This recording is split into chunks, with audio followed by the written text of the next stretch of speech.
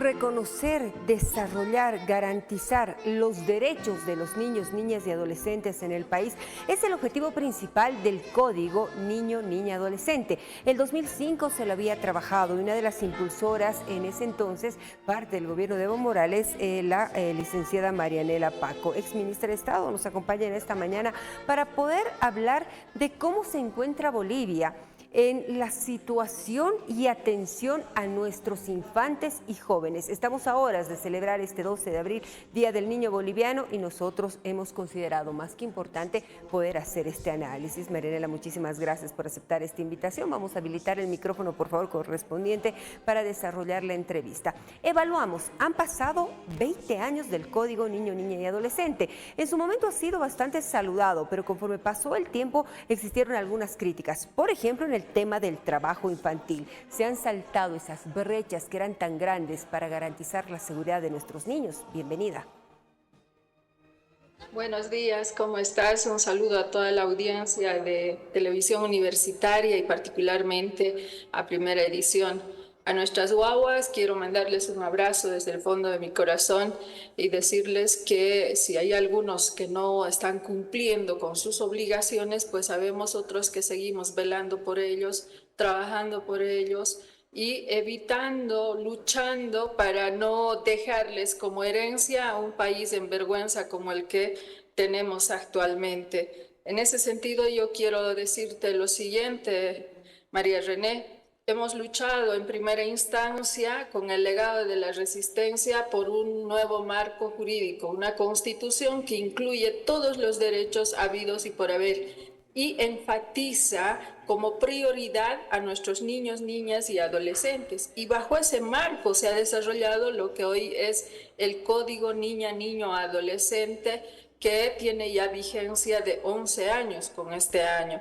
Ha sido un trabajo arduo porque el proyecto inicial que vino no venía con las medidas de protección a la talla de la Constitución. Entonces, en la comisión integrada de la que fui parte, pues hemos logrado introducir las modificaciones necesarias y por la que hoy tienen un código con altos estándares para la garantía, la protección de los derechos de nuestras guaguas. Pero no solamente eso, sino también el cómo cultivar las obligaciones que tienen nuestros hijos en el compartir esta vida, este camino que nos acompañan.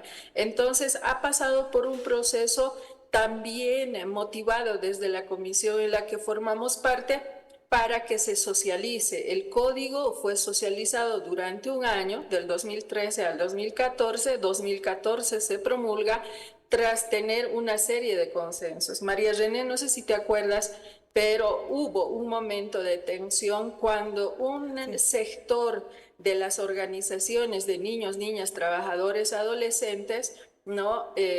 Se movilizaron reclamando la incorporación del reconocimiento de su derecho a trabajar, de su derecho a aportar en la vida, como ellos decían, ¿no? Nosotros venimos de esa naturaleza de trabajo, de esa naturaleza de cultura, entonces para nosotros es importante ayudar en la familia, decían.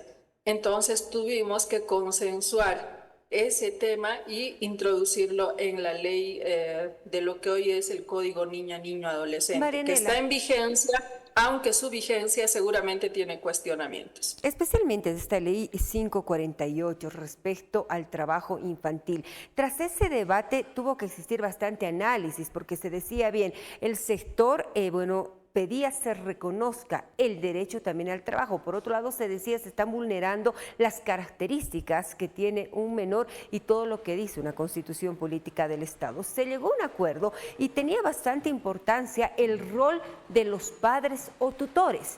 ¿Se estaría cumpliendo en la actualidad? Porque incluso se ha denunciado de que algunos padres y tutores estarían abusando de lo que dice esta ley, explotando a los menores en un tema laboral. Mira, el objetivo de la ley Código de la Niñez y Adolescencia, la 548, en su primer objetivo era frenar la pobreza, porque la pobreza extrema la cargamos este binomio natural, vamos a decir, madres, vale decir mujeres, niñas, niños y adolescentes, porque somos los que nos quedamos muchas veces después del abandono o del maltrato que ocurre en el hogar y englobamos a esas cifras de la extrema pobreza. Entonces había que parar eso. Ahora no tenemos un indicador real sobre ese tema, ¿no? Luego, el otro objetivo era el alto a la violencia. Las estadísticas a mí me duelen en esos términos porque resulta que de acuerdo a los estudios y lo que vemos a simple vista, María René, es que quienes ejercen mayor violencia termina siendo el padre, el padrastro y en cuarto lugar aparece la propia madre. Me duele, digo, porque son niños, niñas, adolescentes que son inocentes. ¿Qué culpa tienen ellos? No han venido a sufrir. Ellos no han venido, no han pedido además venir a este mundo. Entonces, la responsabilidad de las madres y los padres se supone es garantizarles una vida digna, una vida tranquila, una vida en paz. Yo no entiendo por qué la violencia. Fíjense, quienes deberían amarlos, quienes deberían cuidarlos, están cometiendo violencia en contra de las guaguas. Y de acuerdo a nuestras mismas guaguas, las causas principales de la violencia hacia ellos dicen que es la falta de comunicación. Entonces aquí yo identifico otros factores dentro de la comunicación. La primera es la comunicación con una y uno mismo, como padre, madre. ¿Por qué? Porque de pronto no han decidido bien su proyecto de vida y accidentalmente ha venido la guagua. Pero una vez más, esa guagua no tiene la culpa, esa guagua merece amor. Necesitamos hombres y mujeres del futuro que sean fuertes, seguros emocionalmente y no estén cargando ningún trauma, que no estén cargando faltas de atención que luego decantan en otros aspectos que no nos gustan en la sociedad. Otro de los factores, dice, es que no entienden por qué. Vale decir, no solo hay una inconsciencia de la responsabilidad que se tiene cuando se es padre, madre. No sé si es por el simple colerón que se ensañan con las guaguas. Entonces, el segundo dato dice que es no saben por qué, simplemente porque les da la gana golpear, digamos, ¿no? El tercer dato, según estas estadísticas, es el consumo del alcohol. Y aquí me da pena, pero aumentan licorerías, no les importa cómo que haya negocio, genera vicio, genera violencia y en contra de quienes de nuestras guaguas. Entonces, en tercer lugar, está el alcoholismo como una de las causas de la violencia en nuestras guaguas. ¿Y dónde ocurren las violencias? Ocurren dentro de la casa. 45% de los hechos de violencia dice que ocurren en la casa. Luego, el otro tema que me preocupa y es la violencia sexual que ha incrementado en contra de nuestras guaguas. ¿Qué hacemos con este dato? Miren, violencia sexual contra las guaguas, dice, 16 niños, niñas, adolescentes son violados cada día. O sea, ya no se salvan ni los varoncitos. ¿Qué está pasando?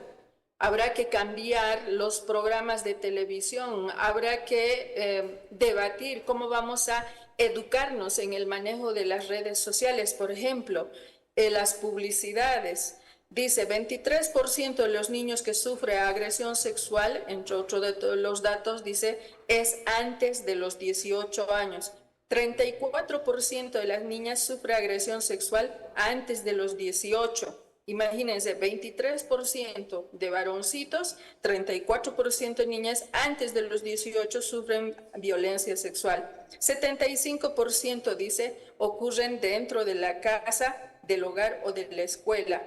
Un 5%, 0,5% de los casos que se conocen terminan en sentencia.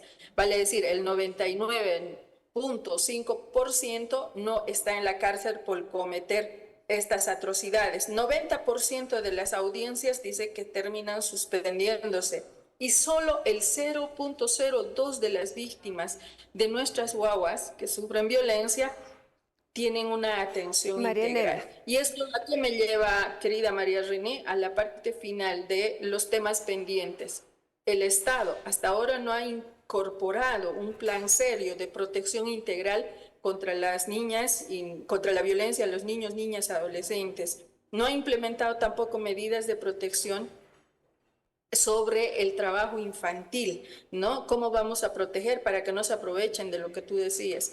Y finalmente falta también esta lucha integral contra la violencia sexual contra nuestras guaguas. Entonces, hay una serie de pendientes que debe desarrollarse a partir del mandato de la ley que se está incumpliendo a la fecha. Como conocedora a cabalidad de esta ley, porque fuiste parte del proyecto y de esta iniciativa, sabemos que hay 10 derechos fundamentales que tienen los menores de edad en nuestro país. Dentro de estos derechos está, por ejemplo, la educación. Se debe garantizar la educación, por lo menos en el nivel de colegio, en el nivel primario inicial para nuestros menores. ¿Cómo se debería ejecutar la norma con este caso tan particular? Recordemos que dentro de nuestra sociedad se ha denunciado que por los usos y costumbres, y aquí hay una contradicción que tienen ciertos pueblos y comunidades indígenas, se había aplicado esta diferencia. El hijo varón, y lo conocíamos en pasadas jornadas como noticia, sí tiene derecho a estudiar. Y bueno, se había denunciado que la hija mujer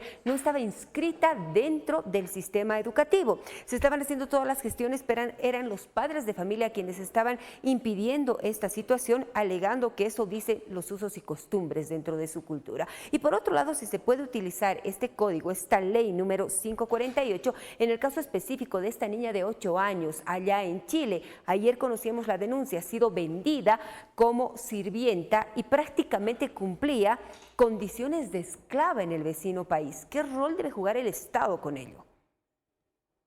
Como decía, hace falta todo un programa, un plan estratégico integral, multidisciplinario de protección de nuestros hijos y de nuestras hijas, ¿ya?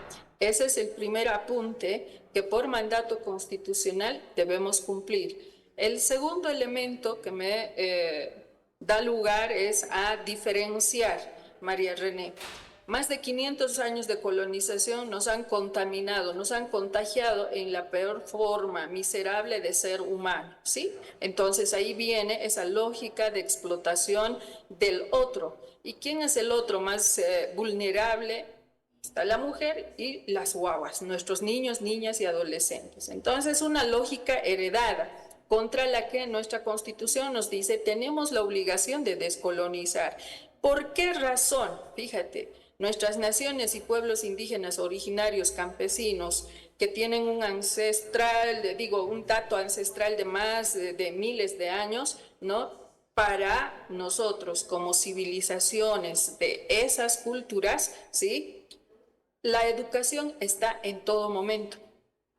En esas civilizaciones no cabe la lógica de explotación, no cabe la lógica de dominación, por eso eran relaciones horizontales, por eso eran relaciones de cuidado, no eran tampoco patriarcales como pretenden algunos feminismos hacer notar sobre las comunidades indígenas originarias campesinas. No era así, pero tenemos como resultado la contaminación que ha venido de otra civilización eurocéntrica. ¿Cómo superar eso? Nuestra Constitución nos dice, haga pues reflexiones profundas, recupere principios y valores ancestrales, implántelos de nuevo en su propia cultura. Y eso es una tarea pendiente como sociedad civil organizada. ¿Ya? Entonces no es algo cultural, no son usos ni costumbres, ni son parte de nuestras normas ni procedimientos propios. Es adquirido, es ajeno y es condenable y es sentenciable por vulnerar derechos de nuestras guaguas.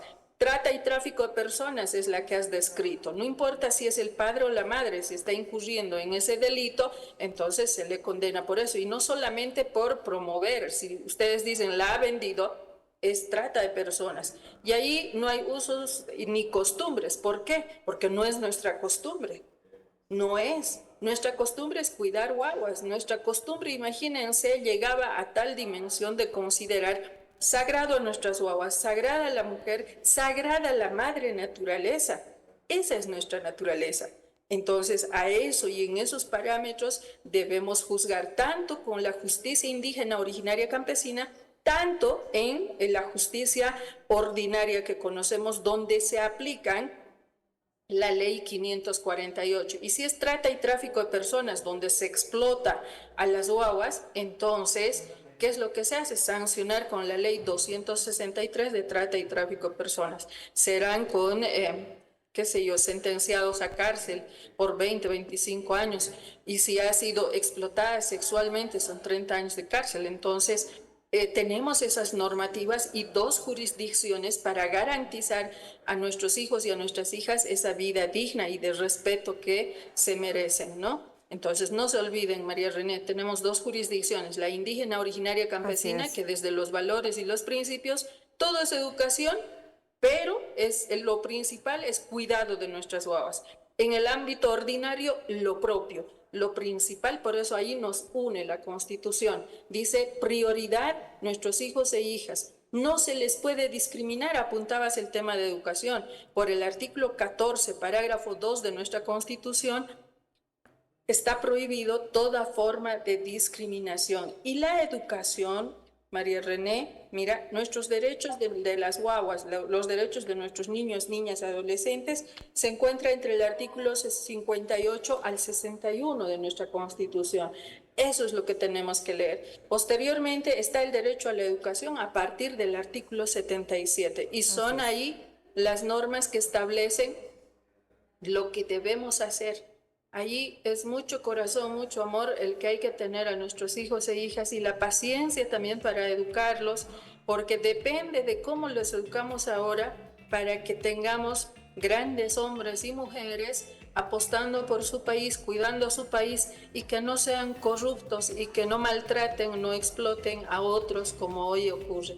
Está en nuestras manos superar estas herencias de la colonia, la república y el neoliberalismo, como dice el preámbulo constitucional, María René. Y nos quedamos nosotros también con esa apreciación y esa explicación. Hemos considerado más que importante, si bien es un día de festejo para nuestros niños, para nuestras guaguas, como decimos en el país, es un día también para conocer todo esto y con conocimiento poder garantizar una vida plena de nuestros menores de edad. Marianela, muchísimas gracias por estos minutos. En cualquier momento te convoco nuevamente. Gracias, María René, a la orden y a amar a nuestros hijos, a nuestras hijas. Pues si no quieres ser un viejito o viejita abandonada, depende del amor que cultives hoy para que tus hijos e hijas en el futuro tampoco te abandonen. Muchas gracias, hasta la próxima. Hasta cualquier momento hemos abordado cómo interpretar y qué conocer de esta ley, el Código Niño-Niña Adolescente, que se la ha trabajado hace 25 años y está vigente hace más de 10 en nuestro país, la ley 548. ¿Qué le pareció? ¿Tomó en cuenta todos estos puntos? Espero que sea así.